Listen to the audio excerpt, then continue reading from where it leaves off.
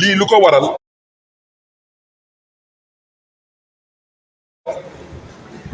mooy wootee point de presse ma bëggoon leeral wax ji lii du conférence de presse ci gàttal du am question du am réponse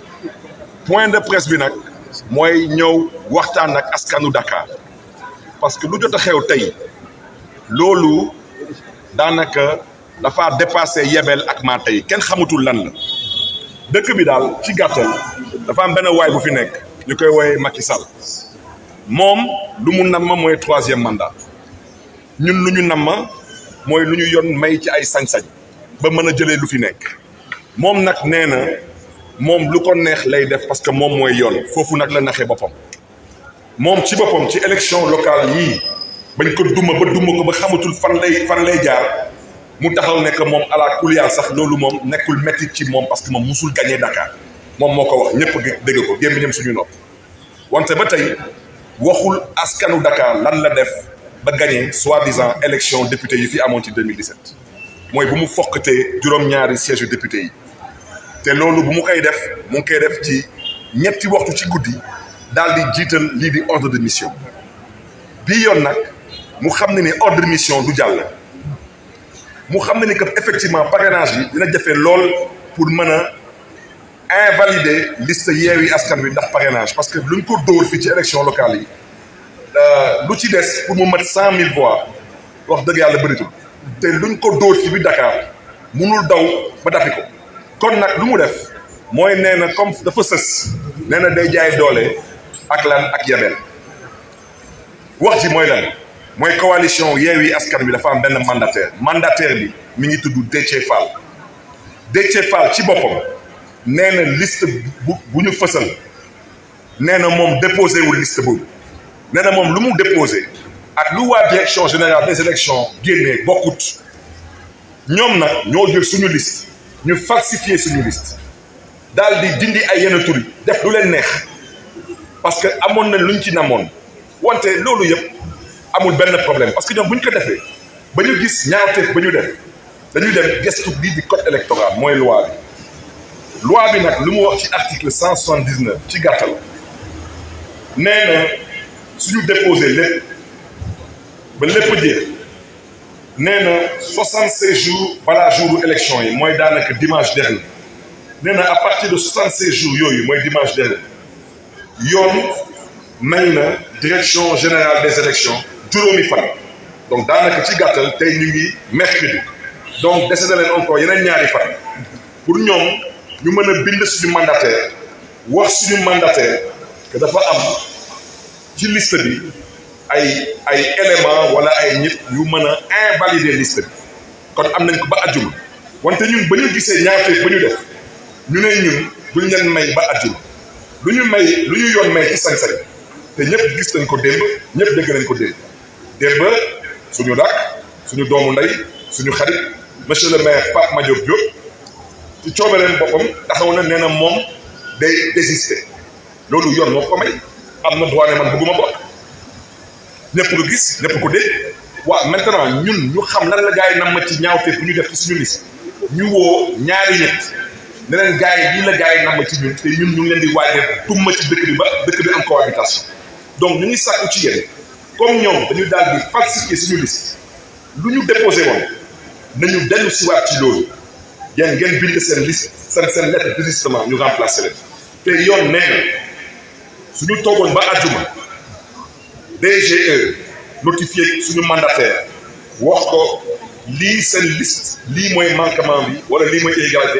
irrégularité yi yoon nee na suñu mandataire à partir de àjjuma yoon may na ko yeneen ñetti fan bu mën a rectifier yoon nee na rectification yooyu mooy remplacement de candidats inéligibles mooy ay candidats yu am ay casier judiciaire yu am ay condamnation wala te nee na loolu day am sans préjudice de l'ordre d'investiture wala mu ne substitution de pièces périmées daanaka sa carte d'identité périmée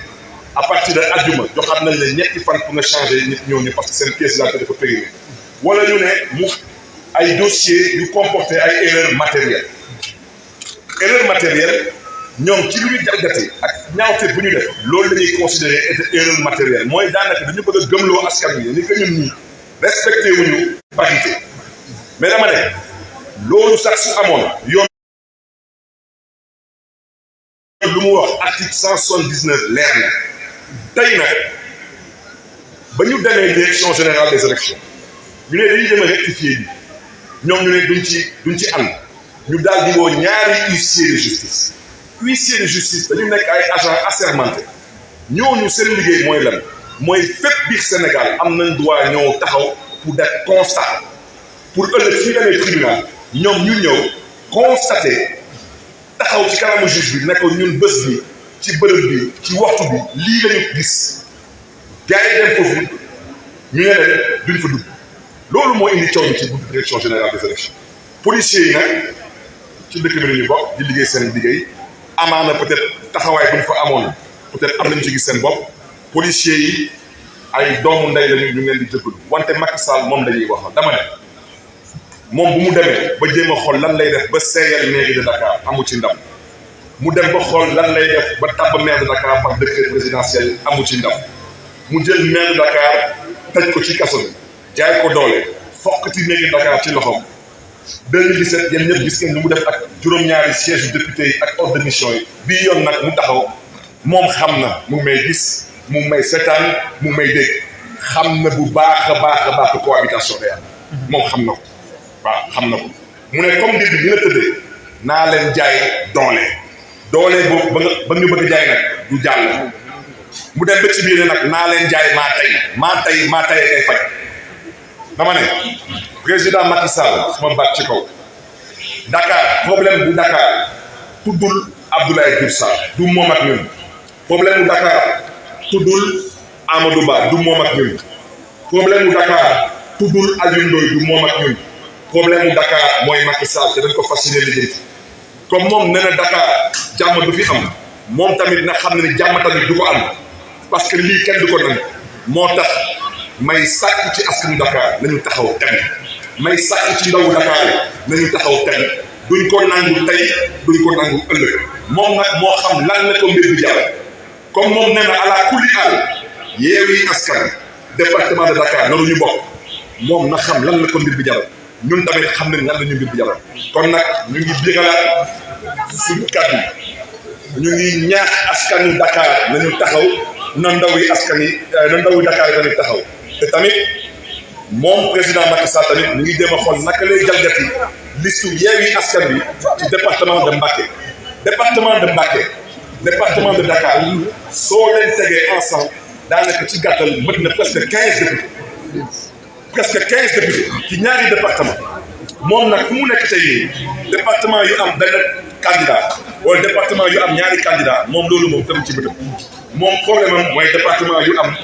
juróomi député ak département yu am juróom-ñaari député dama ne Dakar président Macky Sall xam na lu ko fiy xaar Mbacké xam na tamit lu ko fay xaar kon nag dama ne askanu Dakar nañ taxaw tem noonu ndaw yi taxaw ba ñu xool nag mbir bi nu muy tëddee parce que nag dëkk bi ñëpp a ko bokk nañ ko teg ci yoon fonctionnaire yu nekk direction générale des élections nañu xam lan la leen mbir bi jaral bu fi kenn xalaat ne ni une seconde da ngay def lu la neex teg ci nag wekk ko ci maa tey te danga lu ci fekk maa ngi gërëm ñëpp di sant ñëpp jërë ngeen jëf mbokk